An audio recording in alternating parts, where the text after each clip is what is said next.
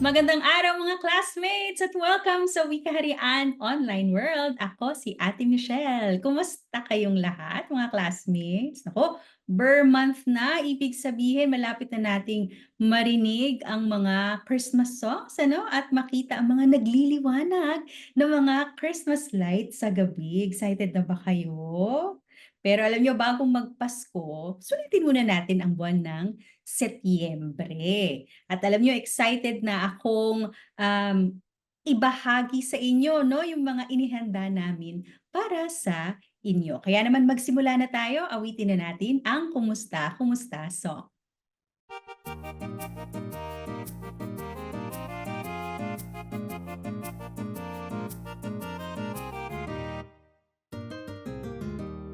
Kumusta, kumusta, kumusta? Kumusta kayong lahat? Ako'y tuwang-tuwa, masaya't nagagalak. Tralalalalalalala, tralalalalalalala, tralalalalalalala, tralala. Kumusta, kumusta, kumusta? Kumusta kayong lahat? Ako'y tuwang-tuwa, masaya't nagagalak.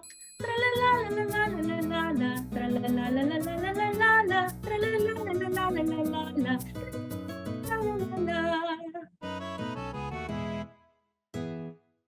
Ngayong Setyembre, isa sa mga ipinagdiriwang natin ay ang Family Week. Ang pamilya, di ba, ang pinaka-importanting bahagi ng ating lipunan kasi sa pamilya nagsisimula ang maraming bagay. Ano-ano bang mga bagay ang nagsisimula sa ating pamilya? Siyempre, sa pamilya tayo natututo ng mga magagandang asal, pagmamalasakit sa kapwa, at siyempre, pagmamahal sa Diyos. Sila rin siyempre yung kasama natin tuwing tayo ay malungkot o kaya naman tuwing tayo ay masaya.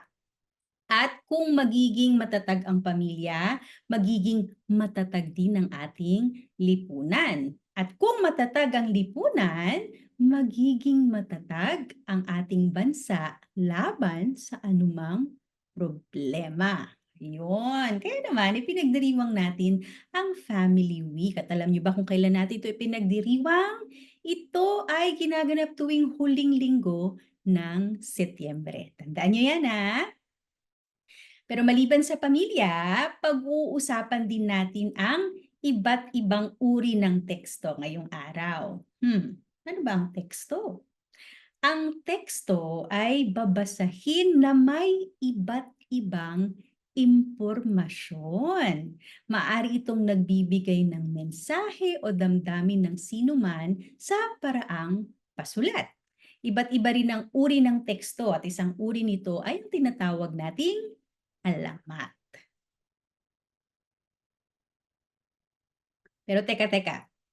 Alam niyo ba kung ano ang alamat? Narinig niyo na ba ang salitang ito? Alam kong nakarinig na kayo ng alamat. Pero pag-usapan natin kung ano ito.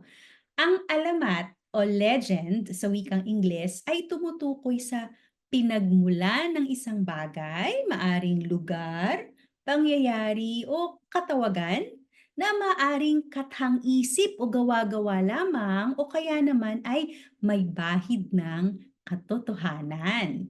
Halimbawa nito ay ang alamat ng pinya.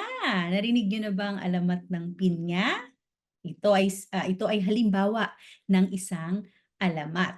Meron ding alamat ng makahiya at marami pang iba. Dahil na pag-uusapan natin ng alamat, magbabahagi ako sa inyo ng isang halimbawa nito. Pero bago ko yan na ibigay sa inyo, meron muna akong mga itatanong. Ano ang paborito ninyong prutas? Ako, ang paborito ko ay ubas. Pero may alam ba kayong prutas na walang kaparis at walang katulad? Hmm. Sa kwento natin para sa araw na ito, alamin natin kung ano ang prutas na walang kaparis at walang katulad. Pero bago tayo magsimula, awitin muna natin ang oras ng kwentuhan song.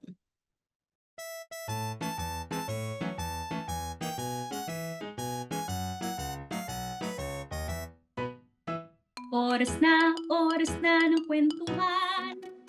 Oras na ng kwentuhan.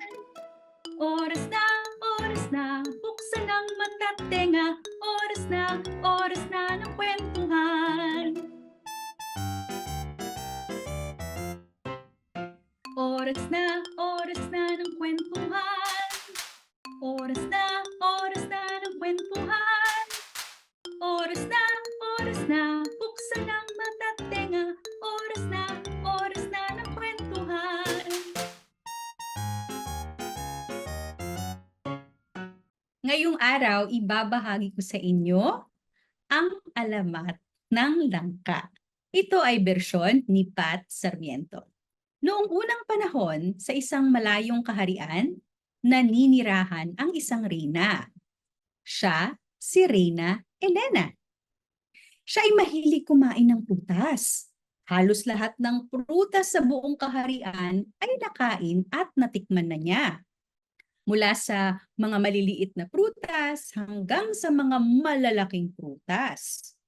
Mula sa matatamis na prutas hanggang sa mga maaasim na prutas. Nako, lahat ng ito natikman na ni Reyna Elena.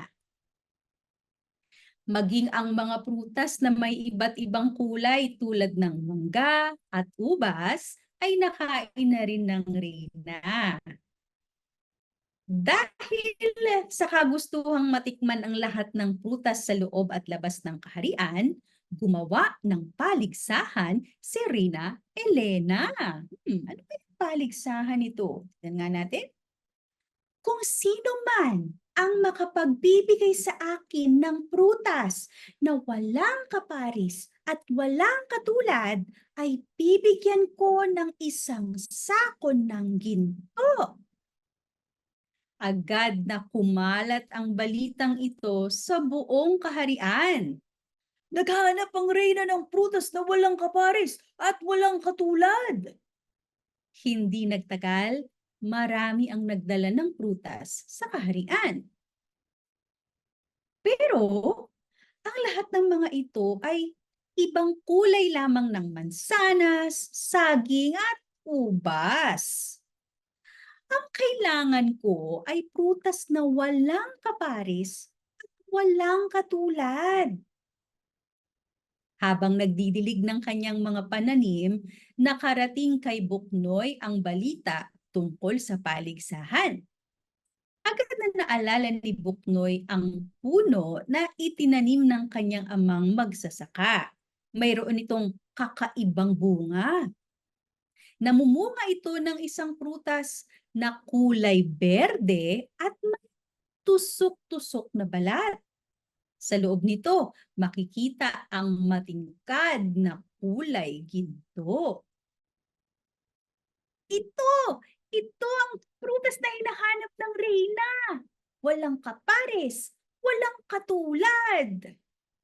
Agad na dinala ni Buknoy ang bunga sa kaharian. Sa palagay niyong mangyayari, ito na kaya ang hinahanap ng reyna? Tignan natin ha. Nang makita ito ng reyna, ay namangha ito sa itsura nito. Pero mas namangha ang reyna sa lasa ng matamis na laman ng bunga. Ngayon lang niya nakita at natikman ang bungang dala ni Buknoy. Ang prutas na ito ay walang kapares at walang katulad. Dahil dito, binigyan ng reyna si Buknoy ng isang sakong ginto na ginamit naman niya upang mapalago ang kanilang pananim. Simula noon, ang bungang ito na may tusok-tusok na balat at matamis na laman ay tinawag na langka. Ang prutas na walang kapares at walang katulad. At dyan nagtatapos ang alamat ng langka. Ito ay bersyon ni Pat Sarmiento. At dyan nagtatapos ang alamat ng langka. Ito ay bersyon ni Pat Sarmiento. Kayo ba mga classmates, may alam ba kayong prutas na walang kapares at walang katulad? Yan. Sige, base sa kwento, ano nga ulit ang prutas na walang kapares at walang katulad? Naalala niyo ba? Yan, syempre yung langka. At ngayon, balikan natin ang iba pang detalye ng kwento. May mga tanong ako ha tungkol dito. Subukan niyong sagutin ang mga ito ha. O sige, ito ang unang tanong. Ano ang pamagat ng kwento? Hmm. Ano ba ang pamagat ng kwento? Naaalala niyo ba mga classmates? Ayun, syempre ang pamagat ito ay alamat ng langka. Yan. Sunod, anong uri ng pagkain ang hilig ni Reyna Elena? Ano bang gustong-gusto niyang kainin? Ang sagot niyo ba ay prutas? Kung oo, tama kayo. Si Reyna Elena nga ay mahilig sa prutas at iba't ibang klase ng prutas ang natikman na niya. At dahil nga mahilig si Reyna Elena sa mga prutas, ano ang ginawa niya para matikman ang lahat ng prutas sa loob at labas ng kaharian? Anong ginawa niya base dun sa ating kwento? Tama, gumawa siya ng paligsahan para matikman niya ang lahat ng prutas sa loob at labas ng kaharian. Ito naman ang susunod na tanong. Sino ang nakapagdala ng walang kapares at walang katulad na prutas? Sino ang nakapagdala ng prutas na walang kapares at walang katulad? Naalala niyo ba ang pangalan ng bata? Tama, ang nakapagdala ng prutas na walang kapares at walang katulad ay walang iba kundi si Buknoy. At ano ngang prutas ang dala ni Buknoy? Langka, tama. Ang prutas na dala ni Buknoy ay langka. Ang prutas na walang kapares at walang katulad.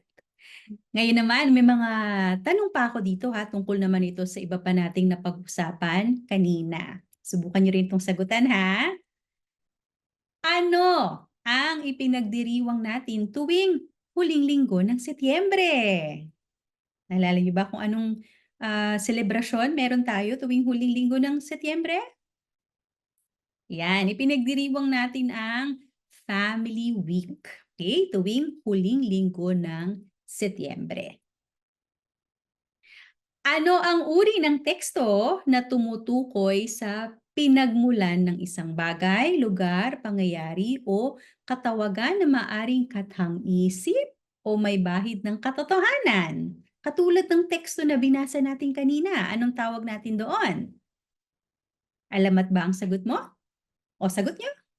Kung oo, tama kayo. Alamat nga ang tawag sa tekstong iyon. Ako, mahusay mga classmates. Nakinig kayo ng mabuti kaya naman nasagutin niyo ang aking mga tanong. Nakakatuwa naman, no? Dahil marami na naman tayong nagawa at napag-usapan ngayong araw na ito. Ano-ano ba ito? Una, napag-usapan natin ang tungkol sa pamilya at ang Family Week. Pangalawa, nalaman natin ang tungkol sa teksto at isang uri nito na tinatawag na alamat. At syempre, narinig natin ang kwento tungkol sa prutas na walang kaparis at walang katulad, ang langka.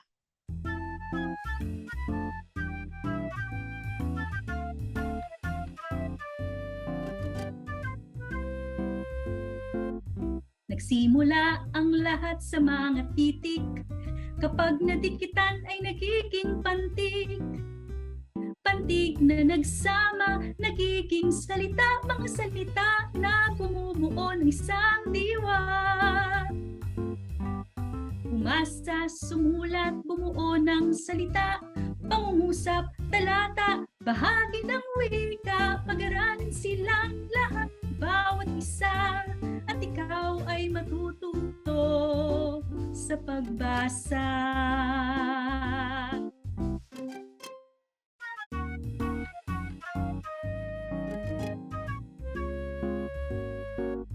Maraming salamat sa pagsama sa amin ngayong araw. Magkita-kita ulit tayo sa susunod. Paalam!